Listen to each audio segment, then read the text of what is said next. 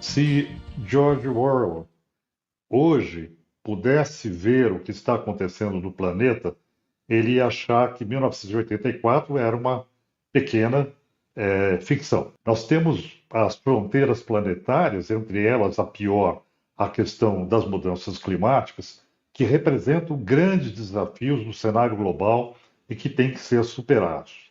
Isso leva a uma realidade de efeito cascata da emergência climática sobre outros ecossistemas. Por exemplo, o aquecimento global que derrete o Ártico, libera permafrost, você tem alterações nas correntes marítimas por conta do aquecimento e da mudança de curso das correntes, alterações na floresta amazônica, nas florestas tropicais, e aí a possibilidade de mudanças muito fortes, um verdadeiro efeito dominó sobre os outros ecossistemas. Então, o risco que nós estamos correndo hoje é um risco bastante elevado e as pessoas, no geral, não têm essa noção. Eu queria falar aqui dos elementos que interferem diretamente no processo de governança, tomando por base o Brasil. Os mitos nos mostram que o mito de Midas, de tudo que se toca transforma em ouro, tudo vira commodity, é um elemento que tem sido historicamente determinante nesse modelo de antropoceno que nós temos hoje. Assim como o dragão, né, a economia no sentido da guarda dos tesouros, da força, do poder, isso ficou muito bem exemplificado no filme Guerra dos Tronos, né, como quando uma pequena mulher frágil domina um dragão e esse dragão se torna elemento de dominação, de transformação, de poder para vários reinos, né? Então, nós temos elementos que demonstram que hoje o que interfere sobre o equilíbrio ambiental são elementos muito fortes que mitologicamente são representados por Midas e pelo dragão. Se nós olharmos hoje a questão do PIB, a economia brasileira, nós vamos ver que o ano passado o Brasil fechou o PIB com 10,9 trilhões de reais, com uma alta de 2,9% com relação aos anos anteriores. E o IBGE aponta que esses valores eles estão lastreados na alta do petróleo, na alta da extratividade, que é minério de ferro, e também do setor do agronegócio, seja a agricultura ou pecuária. A Petrobras, hoje, não é nada menos do que uma das maiores companhias de petróleo do mundo, girando 34,4 bilhões de dólares por ano. Para se ter uma ideia, ela está praticamente um pouco abaixo, metade do que fatura a ExxonMobil, um pouco abaixo da Shell, da Chevron, e acima da British Petroleum, Total Energies da França, etc. Então, nós temos uma grande matriz de petróleo no Brasil que está influenciando o modelo econômico brasileiro hoje. E aí, nesse modelo de governança, você tem um processo de economia, da velha economia do business as usual, dos negócios como sempre foram, do reino de Midas, do poder do dragão, não é? Que influenciam o governo e o governo sempre de olho no PIB, Produto Interno Bruto, que é a marca do governo para dizer se ele é bem sucedido ou não, né? As empresas atrás do lucro e o governo atrás do PIB. Isso leva a um direcionamento do governo para um orçamento estatal que aponta para crescimento ou desenvolvimento. No caso do Brasil, hoje aponta para crescimento e não desenvolvimento. Isso gera políticas públicas, movimenta a iniciativa privada, movimenta a tecnologia, não no sentido tão positivo como poderia ser, mas sim ainda voltado a matrizes que são degradantes para a condição ambiental. Não é? E aí você tem um fluxo do capital financeiro que aponta para sustentabilidade ou insustentabilidade, no caso do Brasil, para a insustentabilidade. Eu vou dizer por quê.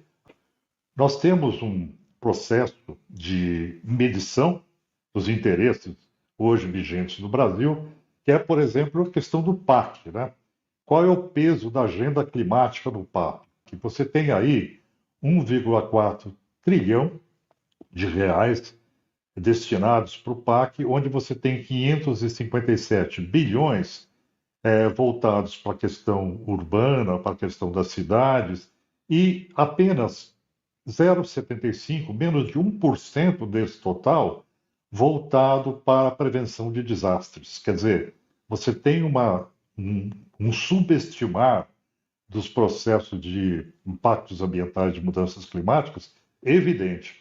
E 449 bilhões estão voltados a combustíveis no geral, sendo que 273 bilhões para petróleo e gás. Ou seja, você tem um grande volume do PAC, daquilo que é destinado para o modelo de desenvolvimento, voltado à matriz do petróleo no Brasil. O que isso representa?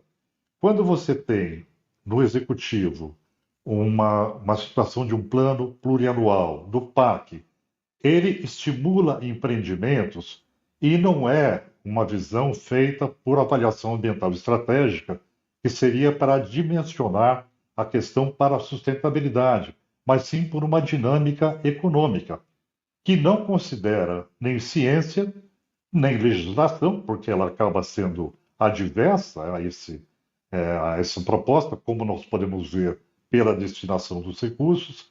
Então, a gente não tem nesse processo nenhum elemento que possa realmente fazer diferença, a não ser aquilo que a doutora Cristina colocou, que é o licenciamento ambiental, que é a forma de você fazer o filtro daquilo que o planejamento não fez, né?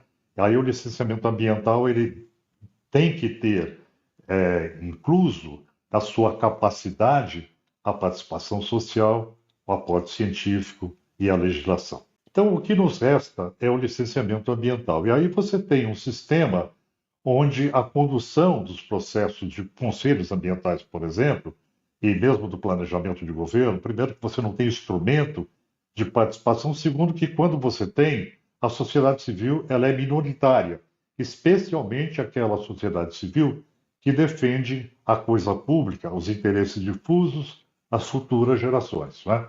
Então, as decisões sobre viabilidade ambiental são determinadas ainda pelo Estado.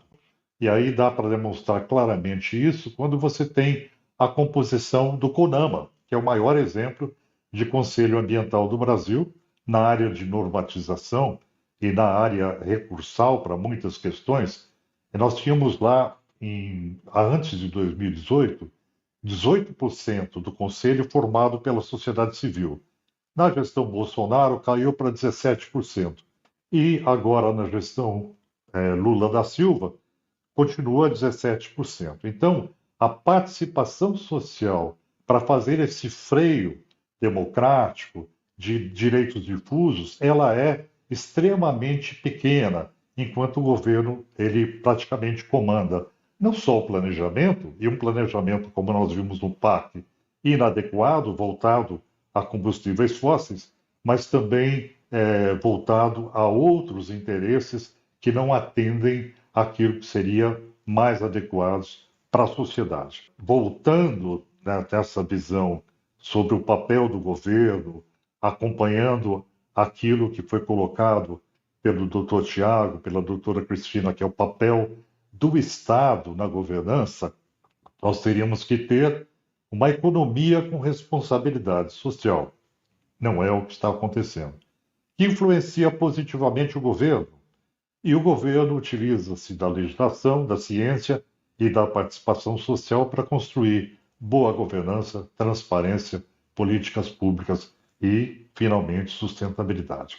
Então, eu faço essa pequena exposição para demonstrar que o fluxo econômico existente no Brasil hoje, ele leva a um modelo de desenvolvimento que não é desenvolvimento, mas é de crescimento e que ele está dissociado constitucionalmente dos princípios que deveriam reger a boa governança ambiental. Nós não conseguimos fazer essa transição na área, na esfera de Midas, na esfera do dragão, que é aquele poder que controla todo o sistema que nós poderíamos contar para ter um estado de sustentabilidade e de reversão das mudanças climáticas. Então, essa tem sido a lição de casa do PROAN, né? Fazer a leitura crítica do que está acontecendo em termos de governança, colocar os pilares da governança ambiental, que são ciência, direito e participação social, para que a gente consiga um modelo de governança que possa contar com o filtro de participação social para fazer a diferença no processo de controle social sobre as ações de governo. E, de alguma forma, crescer para aquele ponto onde o planejamento estatal ele possa ouvir também a sociedade.